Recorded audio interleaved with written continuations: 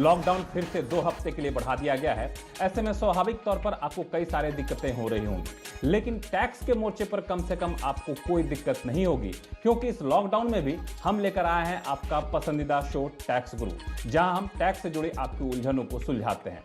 नमस्कार, मैं हूं लक्ष्मण रॉय और हमारे साथ इस बार के टैक्स गुरु हैं शरद कोहली साहब। कोहली साहब, आपका स्वागत है और बहुत बहुत धन्यवाद कि आपने लॉकडाउन में भी हमारे लिए आपने वक्त निकाला और दिल्ली से आप जुड़ रहे हैं, जो कि दिल्ली एक रेड जोन में है। कोहली साहब से हम बहुत सारे टिप्स लेंगे, लेकिन इससे पहले बता दूं कि इस शो में क्या कुछ खास रहने वाला है। लॉकडाउन में टीडीएस के भुगतान को लेकर कंफ्यूजन में है कंपनियां। हम आपको बताएंगे क्या है रिटर्न और रिवाइज रिटर्न फाइल करने की तारीख। रिवाइज्ड और रेक्टिफाइड रिटर्न को एक समझने की गलती ना करें, इसमें है बड़ा अंतर। क्या है वो अंतर, बताएंगे आपको शो में आगे। साथ ही अगर आप उठा रहे हैं कंपोजिशन स्कीम का फायदा और शेयर मार्केट से भी हो रही है कमाई, तो कितने टर्नओवर पर लगेगा जीएसटी। इन सारे मुद्दों पर आपसे बातचीत करेंगे और लोगों के सवाल जवाब भी लेंगे। लेकिन इससे पहले एक बहुत ही महत्वपूर्ण मुद्दा। दरअसल जब लॉकडाउन शुरू हुआ था तो सरकार ने कई सारे मुद्दों पे, कई सारे इनकम टैक्स के मोर्चे पे रिटर्न फाइल करने की या बाकी चीज की तारीख बढ़ा दी थी, लेकिन कुछ मुद्दे अभी भी हैं जिसको लेकर कंफ्यूजन बना हुआ है। वो है आपको टीडीएस रिटर्न फाइल करने की तारीख क्या है, टीडीएस जमा करने की तारीख क्या है, साथ ही साथ रिटर्न फाइलिंग और टैक्स जमा करने की तारीख क्या है। तो इसमें कंफ्यूजन आखिर क्यों हो रहा है कोहली साहब, आखिर कंफ्यूजन क्यों है? क्योंकि वित्त मंत्री ने तो काफी साफ सुथरे ढंग से बता दिया था, बाद में अध्यादेश भी जारी किया था। अब किस बात को लेकर कंपनियां उधर बुन में है? मेरे ख्याल लक्ष्मण, कंफ्यूजन का कारण भी लॉकडाउन है, क्योंकि कंपनीज के जो अकाउंट्स डिपार्टमेंट है वो भी घर पर बैठे हुए हैं, घर से ही ऑपरेट कर रहे हैं। कहीं से कुछ खबर आती है, उस ऑर्डिनेंस को हम ध्यान से पढ़ें तो उसमें जो टीडीएस काटने की डेट थी, जो कंपनीज अपना रिटर्न फाइल करती हैं, देखिए 30 अप्रैल मार्च के महीने का जो होता है वो 30 अप्रैल तक जमा करना होता है। वैसे 7 तारीख होती है अगले महीने की, परंतु सिर्फ मार्च के महीने के लिए, क्योंकि आखिरी महीना होता है, एडजस्टमेंट्स होती है, 30 अप्रैल होती है। ऐसे ही टीडीएस की जो रिटर्न होती है उसकी डेट होती है 31 मई। इन दोनों डेट्स में कोई परिवर्तन नहीं किया गया है। सिर्फ एक परिवर्तन है कि अगर आप टीडीएस को देर से जमा करते हैं, 30 अप्रैल के बाद जमा करते हैं, तो जो उस पर पेनल इंटरेस्ट लगता है 18% के हिसाब से, वो 18 की जगह 9 लगेगा। उसके अलावा कोई चेंज नहीं है, क्योंकि यही जब टैक्स जमा होता है लक्ष्मण और रिटर्न जाती है, तब आपका फॉर्म 16 तैयार होकर निकलता है। तो इसलिए कंफ्यूजन ये था कि शायद सारी डेटें बढ़ा दी गई हैं। जी हां, सारी नहीं बढ़ाई गई हैं। ये डेट अपनी जगह जस की तस है। आप अपनी टीडीएस के रिटर्न या हमारे सभी टीडीएस काटने वाले जो लोग हैं, जो लोग 24Q वगैरह फाइल करते हैं, उन सब से हमारी सलाह है कि टाइम से जमा करें। हालांकि 30 अप्रैल निकल गई है, ब्याज चढ़ना शुरू हो गया है, अपना टैक्स जमा कर दे 9% ब्याज लगा के। अगर आपने जमा नहीं किया और 31 मई को निकल गया है, 30 अप्रैल में भी अगर आपने टीडीएस फाइल नहीं किया है तो आपके पास विकल्प है कि आप जो है ब्याज चुका सकते हैं। हालांकि ब्याज पहले जितना चुकाना था उतना ब्याज शायद आपको नहीं देना पड़ेगा। लेकिन इस कंफ्यूजन में बिल्कुल मत रहिएगा कि टीडीएस जमा करने की तारीख भी बढ़ा दी गई है। तो इसलिए शरद कोहली साहब बहुत काम की बात बता रहे हैं। बाद में फिर टैक्स गुरु के पास सवाल आएगा कि हमसे ब्याज मांगा जा रहा है, ब्याज क्यों मांगा जा रहा है, तो पहले सफाई आपको टैक्स गुरु ने दे दिया है। चलिए अब शुरू करते हैं सवाल जवाब का सिलसिला। सबसे पहले कॉलर हमारे साथ हैं, जयपुर से फोन लाइन पर हैं राजकुमार मीणा साहब। मीणा साहब नमस्कार, कैसे हैं आप? सर नमस्कार सर, ठीक है सर। सर मेरा सवाल ये था कि सर मेरे जयपुर में सुरक्षित तो हैं आप? जयपुर में भी स्थिति बहुत खराब है। सर बहुत खराब है, और जहाँ पे मैं हमारी जो ब्रांच है वहाँ तो हॉटस्पॉट एरिया बना हुआ सर, वो तो।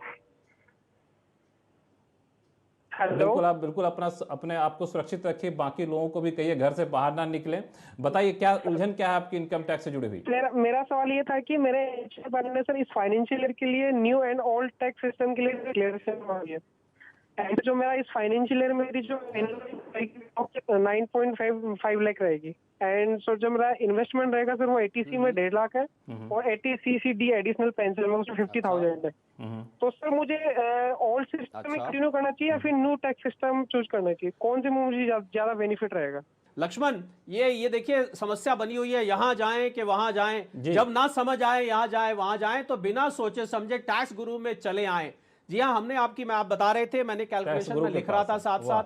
मेरे हिसाब से आपके पास, मेरे हिसाब से राजकुमार जी, आपका 13,520 रुपए बचता है। 13,520 रुपए बचता है, नोट करिएगा। अगर आप पुरानी रेजीम में ही रहते हैं तो अभी वहीं बसे रहिए जहां थे। 13,520 आपकी बचत होगी, तो नए का अभी आपको सोचने की आवश्यकता नहीं है। तो आप जिसमें हैं उसी बने रहिए, नई उलझन मत लीजिए। अगले कॉलर हमारे साथ हैं मुंबई से संजय कुमार जी। संजय जी पूछिए। मैं जो स्लैब आ रहा है मेरा 17 लाख के करीब आ रहा है इस बार सैलरी, तो क्या मुझे पुराने में ही रहना ठीक रहेगा या नया वाला? वैसे तो सैलरी की जो ब्रेकअप होती है वो भी कुछ बताती है, मान लीजिए एचआर है, एचआरए है कि नहीं है, पर 17 लाख का अगर मैं सीधा सीधा बात करूं तो मेरे हिसाब से आपको नए रेजीम में जाना बेहतर रहेगा। नए रेजीम में, क्योंकि उसका कारण हम आपको बता देते हैं।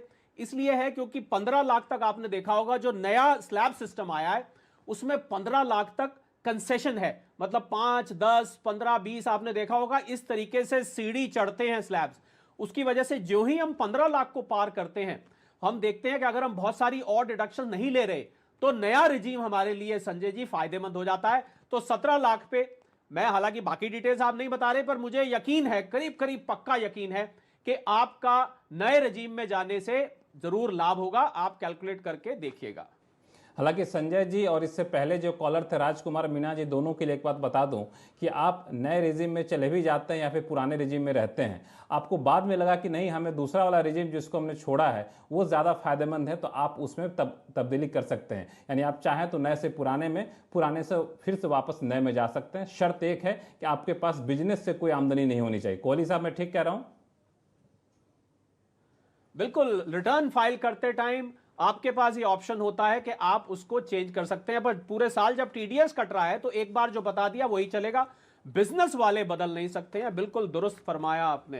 एक अगला हमारे पास सवाल आया है ट्विटर के जरिए, माथुर साहब का सवाल है। इनका कहना है, हालांकि इनका जो कहना है वो कई लोग इस वक्त झेल भी रहे हैं, वो ये है कि एम्प्लॉयर ने इनकी सैलरी कुछ महीने काटना शुरू कर दिया है। मार्च में काट लिया होगा, शायद अप्रैल की सैलरी कट कर आई होगी। अब ये जानना चाहते हैं कि जो हर महीने हमसे टैक्स काटा जा रहा है, वो जो कटी हुई सैलरी हर महीने आ रही है उसके हिसाब से टैक्स काटा जाएगा या फिर जो सीटीसी हमारी पहली सैलरी निर्धारित थी उसके हिसाब से टैक्स काटा जाएगा? जो एडजस्टमेंट किया जाता है, जो साल का टैक्स निकाला जाता है, वो टैक्स आपकी एक्चुअल सैलरी पे निकाला जाता है। तो आप निश्चिंत रहिए, जो आपकी कट के सैलरी आ रही है पे कट के बाद, अपने आप जो टोटल टैक्स होता है साल का वो उससे एडजस्ट हो जाएगा और उसी को प्रो राटा हम बोलते हैं कि हर महीने वो डिवाइड कर दिया जाता है 12 से, उतना ही कटेगा। आप चिंता मत करिए, पे कट हुआ है तो टैक्स कट भी होगा। ये नहीं होगा कि पे कट हो गया और टैक्स उतना ही जा रहा है, ऐसा नहीं होगा। निश्चिंत रहिए, आपका अपने आप वो एडजस्टमेंट हो जाएगा। अगले कॉलर हमारे साथ हैं फरीदाबाद से कैलाश मंगला जी। कैलाश जी पूछिए, क्या पूछना चाहते हैं? हाँ, नमस्कार जी लक्ष्मण जी, कोहली जी को भी नमस्कार। नमस्कार कैलाश जी। मेरा सवाल है जी, मैंने कुछ शेयर्स 2002 में खरीदे थे। 2017 में सेबी के द्वारा कंपलसरी उन कंपनियों के शेयर्स डीलिस्टेड कर दिए गए हैं। तो उन शेयरों को मैं अब ना ही किसी एनएससी या बीएससी किसी एक्सचेंज में बेच सकता हूं। उनसे जो मेरे को लॉस हुआ है, क्या मैं इस साल के लॉन्ग टर्म कैपिटल गेन से एडजस्ट कर सकता हूं? जी हाँ कैलाश जी, पहले तो हमें बहुत अफसोस है कि आपका नुकसान हुआ, डीलिस्ट हुए, किस कारण से हो सकता है कंपनी बंद हो गई। कुछ कंपनीज शेयर्स को बाद में बाई बैक भी कर लेती हैं, कुछ एक कंपनीज करती हैं, कुछ एक शेयर होल्डर्स के लिए, पर मैं मान रहा हूं कि आपका वो भी नहीं हुआ है। जी हाँ, आपको अगर ये आप सिद्ध कर पाएंगे, मतलब सेबी का जो डीलिस्टिंग की नोटिफिकेशन है, अगर आपके पास उसकी कॉपी है तो आप इसको बाकायदा लॉस क्लेम कर सकते हैं। मैं दोबारा कह देता हूं कैलाश जी, इसको प्रूव एक बार आपको शायद करना पड़ सकता है कि अब आपको ये यहां से कुछ नहीं मिलेगा। तो मेरी सलाह ये रहेगी कि आपने जो कंपनी से वार्तालाप किया है, जो आपने कंपनी से डायलॉग किया, उसका प्रूफ, एक सेबी की डीलिस्टिंग का प्रूफ, दोनों अपने पास संभाल के रखें।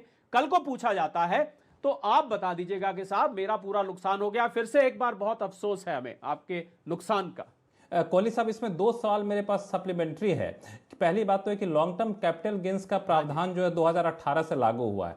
मान लिया इनका शेयर डिलिस्ट हो गया 2018 से पहले, लॉस 2018 से पहले हो चुका है, तो क्या उसको भी एडजस्ट कर सकते हैं ये?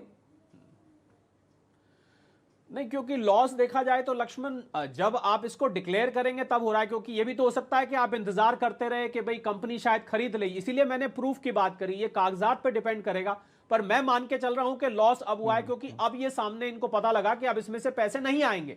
तो आपको जब ये एहसास होता है, जब मालूम पड़ता है कि अब इसमें से पैसे नहीं आएंगे, उस साल का ये लॉस लक्ष्मण माना जाएगा। अच्छा, एक इसमें एक और चीज़, अगर मैं सही हूँ या गलत हूँ बताइएगा, कि ये जो कैरी फॉरवर्ड लॉस होता है वो हम कोई ज़रूरी नहीं है कि नेक्स्ट असेसमेंट ईयर में ही करें, इसमें 8 असेसमेंट ईयर तक हमको छूट रहती है करने की, क्यों ऐसा है प्रावधान?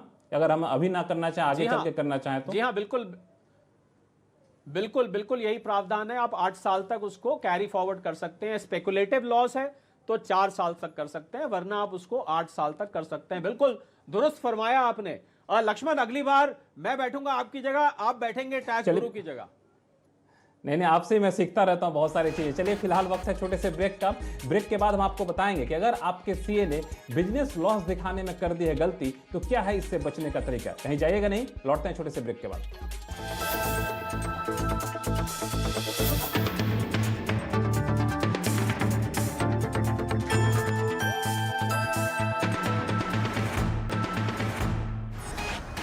ब्रेक के बाद एक बार फिर से आपका स्वागत है। जैसा कि हमने आपसे वादा किया था कि ब्रेक के बाद हम आपको बताएंगे कई सारी महत्वपूर्ण बातें, उससे पहले शुरू करते हैं एक अहम बात को लेकर, जिसको लेकर हमेशा टैक्स पेयर्स कंफ्यूजन में होते हैं। वह है रिवाइज्ड रिटर्न और रेक्टिफाइड रिटर्न। दोनों में आप बहुत ज़्यादा मिलान मत समझिए, दोनों के एक मत समझिएगा। एक समझेंगे तो कई सारी गलतियां हो सकती है, आगे चलकर आपको मुश्किल में डाल सकती है। आखिर दोनों में क्या अंतर है, इस रेक्टिफाइड रिटर्न और रिवाइज रिटर्न में बताएंगे कोहली साहब। कोहली साहब, क्या है मूल अंतर जो टैक्स पेयर्स को ध्यान रखना चाहिए? देखिए लक्ष्मण, जो रिवाइज रिटर्न होती है वो सेक्शन 139(5) के अंतर्गत होती है। दूसरा फर्क होता है उसमें कि उसको आपने जिस फाइनेंशियल ईयर किया उसका जो असेसमेंट है उसके अंत तक आप रिटर्न को रिवाइज कर सकते हैं। जनरली ये तब कर सकते हैं आप जब आपने पर्टिकुलर्स भरने में कोई गड़बड़ कर दी हो। रिवाइज रिटर्न का अर्थ है आपके पिछले रिटर्न को निरस्त कर दिया जाएगा, नई वाली रिटर्न आपकी सही मान ली जाएगी। और रेक्टिफिकेशन होता है जब कोई मिस्टेक हो गई हो। हालांकि लोग कहते हैं कि साहब मिस्टेक तो रिवाइज करने में भी मिस्टेक होती है तभी रिवाइज करी जाती है। रेक्टिफिकेशन आप 4 साल तक कर सकते हैं। इसका मतलब 31 मार्च 2016 के बाद आपने जितनी रिटर्न्स में कोई गलती हुई है, आप उसको 31 मार्च 2020, हालांकि अब वो 30 जून हो गई है, आप उसको रेक्टिफाई कर सकते हैं। सेक्शन 154 में रेक्टिफिकेशन होता है। आप पहले उसको रेक्टिफिकेशन के लिए एक अप्रूवल डालते हैं, एक एनेबल बटन होता है, 1 से 7 दिन में वो अप्रूवल आ जाता है। उसके बाद आप उसको जाके रेक्टिफाई कर सकते हैं। और रेक्टिफिकेशन जनरली होती है जैसे हमने टैक्स भरने में गलती कर दी, आपका एडवांस टैक्स में गलती हो गई, या कोई और नंबर्स भरने में गलती कर दी, तो सेक्शन 154 के अंतर्गत 143(1) की इंटीमेशन आने के बाद रेक्टिफिकेशन किया जाता है। तो ध्यान रखिएगा, दोनों के सेक्शन अलग अलग हैं, दोनों का जो म्याद दी गई है, जो टाइम लिमिट है, वो अलग अलग है। इसको आपस में मिक्स मत करिए। पर्टिकुलर्स जो चेंज, मान लीजिए नाम में गलती कर दी, बैंक अकाउंट भरने में गलती कर दी, अगर वो करी तो वो फिर रिवाइज के जरिए ही हो सकती है। तो हम सभी दर्शकों को सलाह देंगे कि टाइम लिमिट की और दोनों सेक्शंस की भिन्नता की ध्यान जरूर रखें। एक छोटा सवाल मेरे लिए है कि एक मान लिया जाए रेक्टिफाइड रिटर्न हम फाइल कर रहे हैं, रेक्टिफाइड रिटर्न फाइल करने के बाद हमारे आमदनी में कमी या बढ़ोतरी होती है, तो क्या आगे चलकर हमें रिवाइज रिटर्न फाइल करने की जरूरत पड़ेगी? नहीं, रेक्टिफाइड रिटर्न के बाद लक्ष्मण रिवाइज रिटर्न नहीं होती है। रेक्टिफाइड रिटर्न खुद ब खुद आपको ऑप्शन देता है कि आप उसमें जाके उस चीज को करेक्ट कर सकते हैं। रिवाइज रिटर्न होता है आप जो फाइनेंशियल ईयर खत्म हुआ है उसके असेसमेंट ईयर के एंड तक आपको लग रहा है कुछ मैं बहुत बड़ी गलती कर गया हूं, अपना नाम या बैंक अकाउंट नंबर गलत भर दिया है, कुछ ऐसी चीज गलत हो गई है, तो पिछली रिटर्न को निरस्त कर दिया जाता है। उसकी जगह 139(5) में नई रिटर्न को मान्य कर लिया जाता है। चलिए, बहुत महत्वपूर्ण जानकारी है, इसका ध्यान हर दर्शक को, हर टैक्स पेयर्स को रखना चाहिए। अगले कॉलर हमारे साथ जुड़ रहे हैं पुणे से सुनील यादव जी। सुनील जी, क्या दुविधा है आपको टैक्स को लेकर के? हेलो, नमस्ते जी। मेरा केस स्टडी ये है नमस्ते। नमस्ते जी कोहली जी। मेरा केस स्टडी ये है कि लास्ट 2 साल से मैं ऑप्शन ट्रेडिंग करता हूँ। असेसमेंट ईयर 18-19 में मुझे 1,60,000 का लॉस हुआ। मेरे सीए ने वो लॉस स्पेक्युलेटिव बिजनेस में दिखाया उसमें, और असेसमेंट ईयर 19-20 में मुझे 79,000 का प्रॉफिट हुआ। मेरे सीए ने सेम प्रॉफिट को स्पेक्युलेटिव बिजनेस में भी दिखाया और नॉन स्पेक्युलेटिव बिजनेस में भी शो किया। लास्ट ईयर का स्पेक्युलेटिव लॉस उसने सेट ऑफ कर दिया सेम प्रॉफिट को, और उसने यही प्रॉफिट मेरा नॉन स्पेक्युलेटिव बिजनेस में भी शो कर दिया, जिसके कारण मुझे टैक्स डिपार्टमेंट से टैक्स डिमांड का नोटिस आया, जबकि मैं भी अभी भी 80,000 का लॉस कैरी फॉरवर्ड कर रहा हूँ।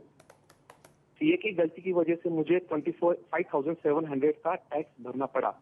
मेरा सीए बोल रहा है कि उसने सही आईटीआर भरा, टैक्स डिपार्टमेंट का कैलकुलेशन में कोई प्रॉब्लम हुआ है।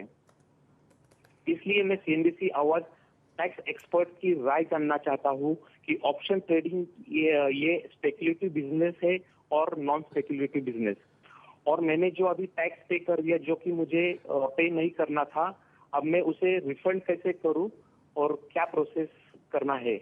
जी हाँ, गलती पिछले साल ही हो गई। पहले तो स्पेकुलेटिव जो डेरिवेटिव से इनकम होती है सुनील जी, वो नॉर्मल बिजनेस इनकम में आती है, वो स्पेकुलेटिव में नहीं आती है। पहली तो ये गलती हुई। तो इसका मतलब 17-18 में जो आप कह रहे हैं 1,60,000 का था, वो नॉर्मल बिजनेस लॉस की तरह कैरी ओवर होना चाहिए था, पहली बात।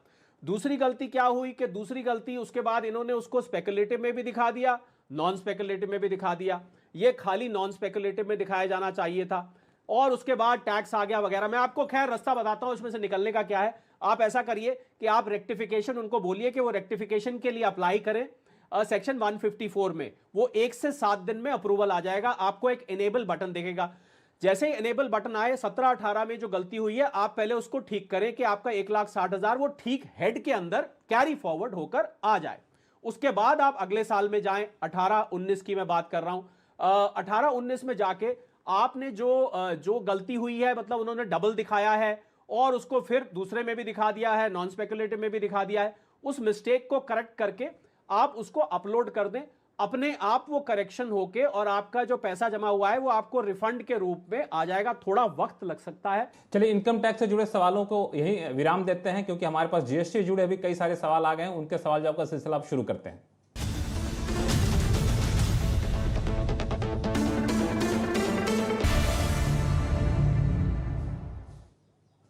जीएसटी पर सबसे पहला सवाल हमारे पास आया है कानपुर से उमेश कुमार बेरीवाल साहब का। उमेश जी, पूछिए, क्या पूछना चाहते हैं? मैं डॉक्टर उमेश बेरीवाल कानपुर से बोल रहा हूँ, ईएनटी सर्जन हूँ मैं। नमस्कार डॉक्टर साहब। जी डॉक्टर साहब, बताएं। नमस्ते।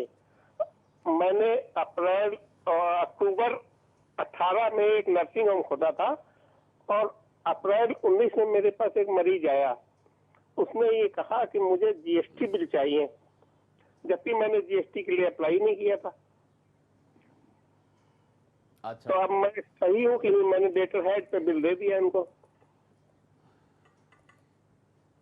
डॉक्टर साहब, पहले तो आपको प्रणाम है। आजकल लक्ष्मण सभी डॉक्टर्स को हम नमन करते हैं, उनको हम वॉरियर्स कह रहे हैं, और कल तो तीनों के तीनों सेना के अंगों ने उनको सलामी दी और उनको बहुत रिस्पेक्ट दिया गया।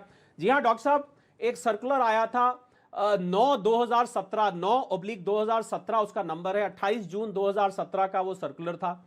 उस सर्कुलर के अंतर्गत ये स्पष्ट कर दिया गया था कि नर्सिंग होम डॉक्टर्स की सर्विसेज जीएसटी के अंतर्गत कवर नहीं होती है। तो आप अपने उन पेशेंट को कहिए भैया, मैंने आपकी बीमारी दूर करी, आप मुझे ये जीएसटी की बीमारी क्यों लगा के जा रहे हैं? मेरे ऊपर जीएसटी नहीं लगता है। आप सिंपल एक, अगर वो फिर भी उनको जरूरत है किसी कारण से, आप उनको एक लेटर हेड पे या एक अपना कोई बिल आपने इनवॉइस बनाई होगी उस पे आप बनाकर दे दें। कोई जीएसटी आप पे नहीं लगेगा। आप बिल्कुल ठीक हैं, आपने उनको ठीक बताया है।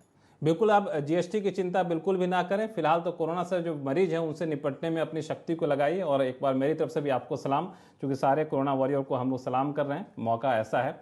और फिलहाल वक्त है छोटे से ब्रेक का। ब्रेक के बाद आपको बताएंगे कि कंपोजिशन स्कीम का फायदा उठा रहे हैं और साथ में शेयर मार्केट से भी हो रही है कमाई, तो कितने टर्नओवर पर लगेगा जीएसटी। लौटते हैं छोटे से ब्रेक के बाद।